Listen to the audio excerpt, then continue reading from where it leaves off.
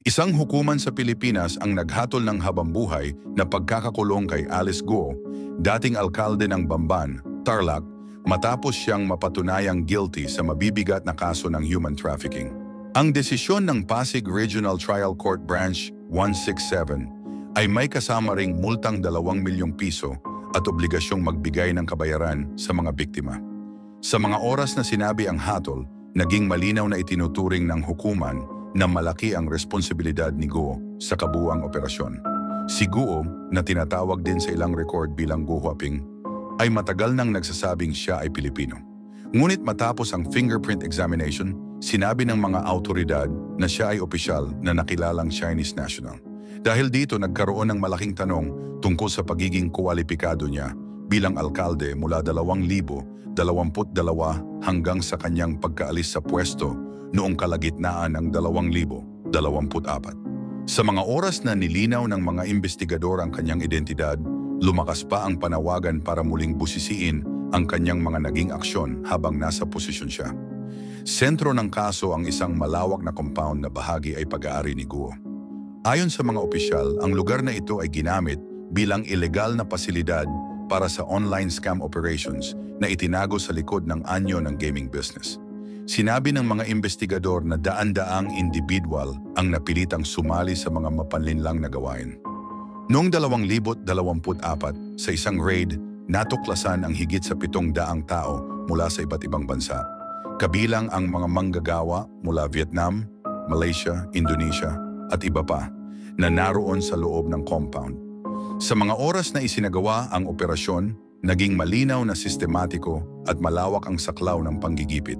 Isa sa pinakamahalagang punto ng hatol ay nakabilang ito sa mga unang conviction sa ilalim ng Organizing Trafficking Provision ng batas.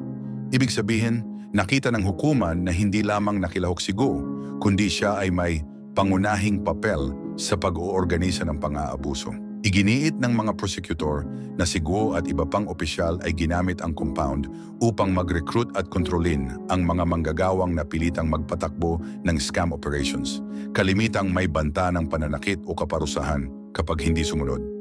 Sa mga oras na tinalakay ng korte ang ebidensya, umangat ang pananagutan ni Guo bilang isa sa mga leader ng operasyon. Sa pagdinig, sinabi ni State Prosecutor Olivia Torrevillas na malinaw ang partisipasyon ni Guo at ng kanyang mga kasamahan. Bagamat may mga supporters siyang nagdududa pa rin sa kanyang tunay na nasyonalidad, mariing tinanggihan ng hukuman ang kanyang pahayag na siya ay Pilipino. Noong Hunyo 2025, formal na idineklara na walang bisa ang kanyang pagkakakilanlan bilang Filipino citizen. Pagkatapos ng hatol, naghain si Guo ng kahilingang manatili muna sa Pasig City Jail Female Dormitory sa halip na mailipat sa National Women's Correctional Facility sa Mandaluyong. Itinakda ng korte ang pagdinig para sa kahilingang ito sa Nobyembre 26. Sa mga oras na ipinapasa ang dokumentasyon, sinabi ng Bureau of Jail Management and Penology na wala pa silang natatanggap na transfer order. Samantala, umani ng atensyon ang kaso mula sa mga pambansang leader. Si Senator Risa Hontiveros, na nanguna sa mga investigasyon tungkol sa online scam operations, ay nagsabing ang hatol ay mahalagang aksyon laban sa korupsyon, mapang-abusong paggawa at cyber fraud. Idinagdag pa na ang lupain at mga gusali na konektado sa compound ay kinumpiska na ng pamahalaan. Hindi pa naglalabas ng pahayag ang legal team ni Guo tungkol sa posibleng pag-apela. Sa kabuuan mga kapupong, ang conviction na ito ay isang bihirang halimbawa ng mahigpit na pagpapatupad ng batas. Isang aksyon na nagpapakita ng determinasyon ng pamahalaan na harangin ang mga kriminal na negosyo na nagtatago sa likod ng lehitimong operasyon. Sa naging pahayag ni House Majority Leader Sandro Marcos, malinaw niyang itinuwid ang mga sinabi ng kanyang tiyahin, si Senadora Marcos, na aniya ay nakasakit hindi lamang sa kanya kundi pati sa buong pamilya. Sa mga oras na ipinapahayag niya ang kaniyang saloobin, sinabi niyang hindi niya inaasahang darating sa ganitong yugto kung saan ang isang kaanak mismo ang maglalabas ng mga kwentong itinuturing niyang hindi totoo at maaring makalikha ng kalituhan sa publiko. Binanggit niyang ang mga paratang ng kanyang tiyahin ay tila sinabi upang guluhin ang administrasyon at maapektuhan ang tiwala ng publiko. Ayon kay Sandro, Masakit para sa sinumang anak na marinig na may kumukwestiyon sa integridad ng kanyang magulang. Lalo na kung ito ay nagmumula sa loob ng pamilya. Sinabi niyang hindi ito ang inaasahang asal mula sa isang taong dapat sana ay katuwang sa pagsiserbisyo. Naniniwala siyang ang mga sinabi ni Senadora Marcos ay nagdala lamang ng pangamba at hindi nakatulong sa anumang paraan upang maging maayos ang pagharap sa mga isyu ng bansa. Nagsimula ang sigalot ng magsalita si Senadora Marcos sa isang pagtitipon ng isang malaking samahang panrelihiyon sa Maynila, kung saan sinabi niyang ang Pangulo, ang unang ginang, ay umano'y gumagamit. Ayon kay Sandro, ang ganitong mga pahayag ay maaaring magdulot ng hindi pagkakaunawaan at magbigay ng maling impresyon sa mamamayan. Tinawag niya itong isang hakbang na walang basehan at hindi makatutulong sa mas malalim na pag-uunawa ng publiko. Mariin niyang itinanggi ang anumang kaugnayan sa ipinahihiwatig ng kanyang tiyahin at sinabi na ang mga ito ay gawa-gawang kwento na maaaring may halong personal o politikal na interes. Dagdag pa niya, sa mga oras na ang bansa ay humaharap sa mga seryosong usapin, hindi na dapat dagdagan pa ng mga pahayag na makapagpapalala ng sagupaan sa opinyon ng publiko. Maging ang Malacanang ay nagpahayag din ng kanilang saloobin. Ayon kay Undersecretary Claire Castro, tila desperadong aksyon ang mga sinabi ni Senadora Marcos, lalo na't matagal nang naipakita ng Pangulo ang kanyang pagpayag na sumailalim sa pagsusuri noong 2021, kung saan malinaw naman na wala itong negatibong resulta. Sinabi rin ni Castro na nakapagtataka ang timing ng mga pahayag, lalo na't may mga investigasyong umiikot sa usapin ng corruption at iba pang isyong pampamahalaan. Dagdag pa ni Castro, mas makatutulong sana kung suportahan ng bawat miyembro ng pamilya ang isa't isa sa mga sandaling may mga hamon sa pamamahala, sa halip na maglabas ng akusasyong walang patunay. Ayon sa kanya, ang ganitong mga pahayag ay maaaring gamitin para palakasin ang hindi pagkakaunawaan at palawakin ang sagupaan na walang maidudulot na mabuti. Sa kabuuan ng kanyang panayam, sinabi ni Sandro na nakalulungkot na umabot sa puntong ang isang taong kanyang nirerespeto ay nagbigay ng mga salitang nagdudulot ng pagdududa sa kanilang pagkatao at tungkulin. Sa mga oras na sinusubukan niyang idulog ang mensahe sa publiko, hinimok niya ang bawat Pilipino na ituon ang pansin sa totoong isyu at huwag hayaang mangibabaw ang anumang kwento na hindi napatunayan. Para sa kanya, mas mainam na pairalin ang pag-uunawa at mahinahong pagtingin sa mga pangyayari kaysa palalain pa ang sigalot na nagmumula sa mga pahayag na hindi sumasalamin sa buo at tamang impormasyon. Sa gitna ng isang malawakang pagtitipon ng Iglesia ni Cristo sa Quirino Grandstand sa Luneta, lumabas si Senadora Marcos at sinabi ang isang pahayag na agad nagbigay ingay sa publiko. Sa harap ng libu-libong attendees, sinabi niya na matagal nang alam ng kanilang pamilya na matagal nang may hindi kanais-nais na bisyo si Pangulong Ferdinand Marcos Jr. at maging si First Lady Liza Marcos mula pa noong kabataan nila. Ayon sa kanya, minsan pa nga niyang hinimok ang kapatid na humingi ng tulong para sa kalusugan nito at hindi para sa anumang layuning politikal. Sa mga oras na tumutuloy ang kanyang pagsasalita, sinabi rin niya na noong panahon ng kampanya, noong 2016, lumabas umano ang pangalan ng Pangulo sa isang watchlist at tinangka raw niyang kumbinsihin ang kapatid na magpaayos ng kalusugan. Inilarawan niya na maging ang kanilang mga anak ay dapat ding gabayan at iginiit niyang ang kanyang panawagan ay may kaugnayan lamang sa kagustuhang gumanda ang kalagayan ng kanilang pamilya, ngunit mabilis ang tugon mula sa palasyo. Si Presidential Communications Undersecretary Claire Castro ay nagsabi na ang pahayag ni Senadora Marcos ay isang desperadong aksyon na tila ginagamit ang malakihang pagtitipon upang maglabas ng personal na paratang. Sinabi ni Castro na ang pagtitipon ay nakatuon dapat sa tawag para sa integridad at pananagutan sa pamahalaan. Ngunit nauwi ito sa isyu sa loob mismo ng pamilya Marcos. Sa mga oras na nagpapatuloy ang usapan, iginiit ni Castro na noong 2021 ay sumailalim na ang Pangulo sa isang voluntary test at ang resulta ay negatibo. Matapos nito, sinabi niyang hindi malinaw kung bakit muli pang ibinabalik ni Senadora Marcos ang isang usaping matagal nang napatunayan ang sagot. Ikinuwestiyon din niya kung ang totoong layunin ng senador ay hindi kalusugan ng kanyang kapatid, kundi paglihis ng atensyon mula sa investigasyon kaugnay ng mga isyung pinansyal sa ilang proyektong pang-infrastruktura na kinasasangkutan rin ng ilang mga kaalyado nito.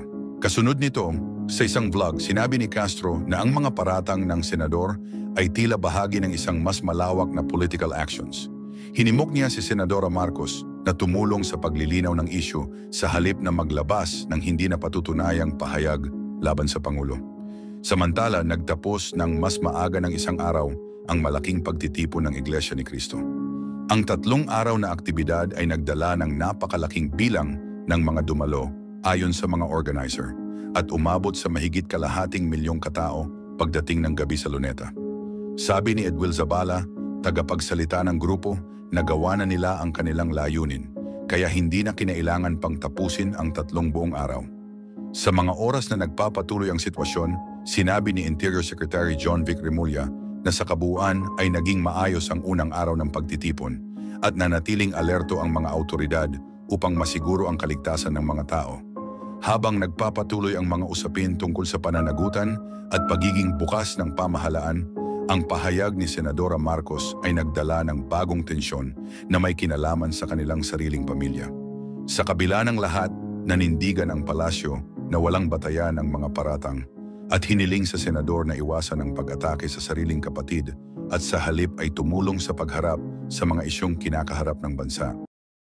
Well, mga kapopong, sinabi ni Vice President Sara Duterte na ang mga paratang na sedition laban sa kanya ay ginagamit umano bilang paraan ng pangamba ng Administrasyong Marcos para patahimikin ang mga kritiko. Ayon sa kanya, sa mga oras na lumalawak ang mga tanong ng publiko, napapansin niyang mas pinipili ng pamahalaan ang paggamit ng mga legal na proseso kaysa sa open na pag-uusap. Para sa iba, tila nagiging bahagi na ito ng mas malawak na aksyon na nagpapakita ng tensyon sa pagitan ng pamahalaan at ng oposisyon.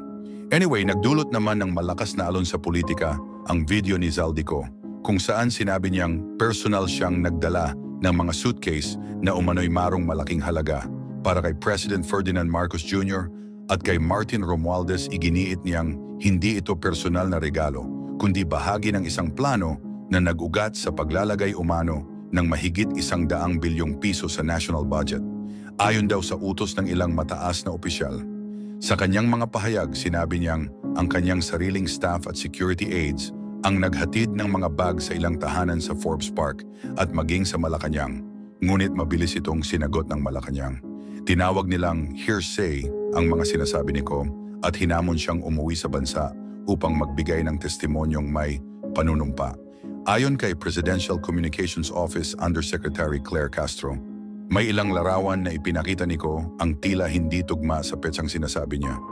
May mga handbag na lumalabas umanong mas maaga pa ang petsa kumpara sa panahon na sinabi niyang naganap ang budget insertions.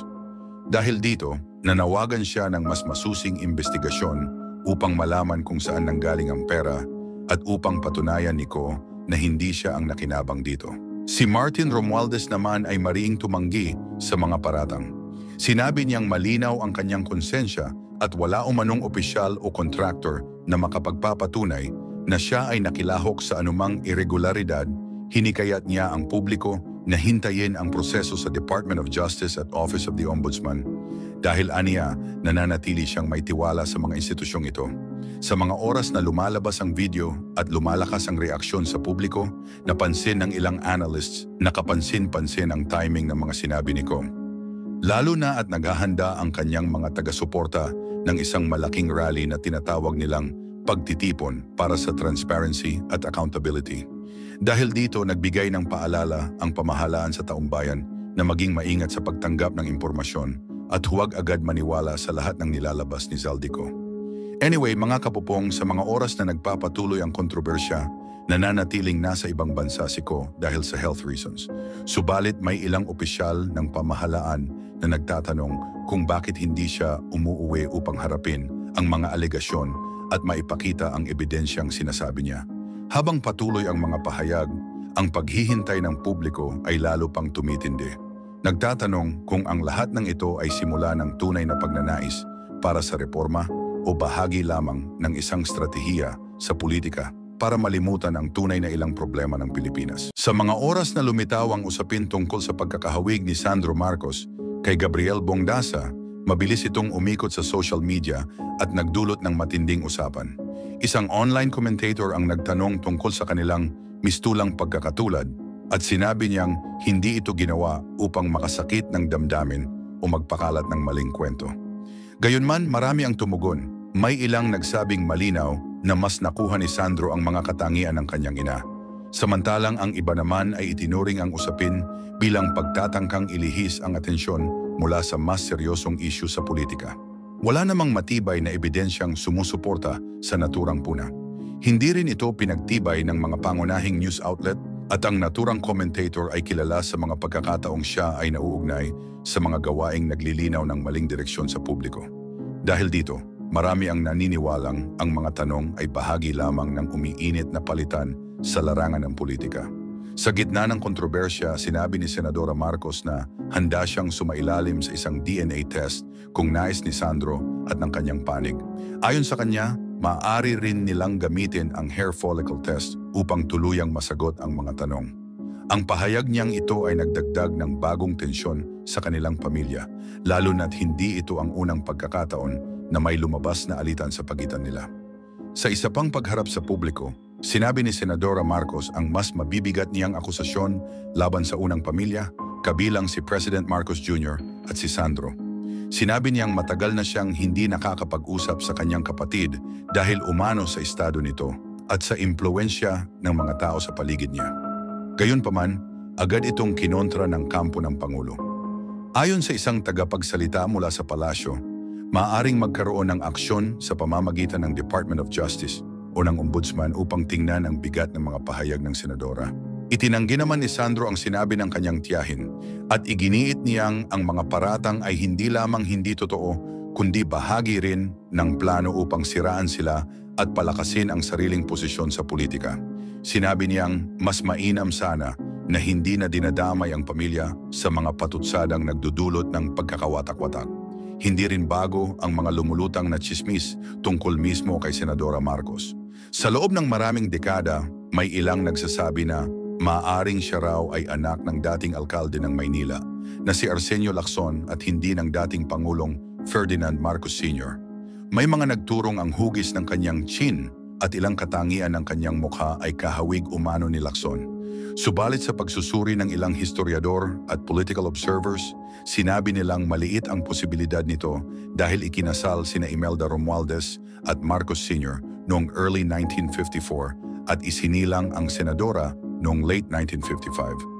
Dagdag pa rito, walang opisyal na dokumentong nagpapakita ng anumang kakaibang detalye tungkol sa kanyang pagkakakilanlan mula noong siya ay ipinanganak. Dahil dito, marami ang naniniwalang bahagi lamang ito ng matagal ng political folklore. Mga kwentong nagpatuloy sa paglipas ng panahon kahit walang matatag na batayan.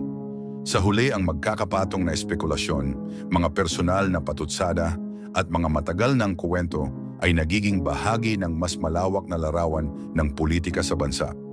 Sa mga oras na patuloy itong pinag-uusapan, malinaw na ang bawat pahayag at tugon mula sa magkabilang panig ay nagdaragdag ng bagong kulay sa pelikulang matagal nang sinusubaybayan ng publiko.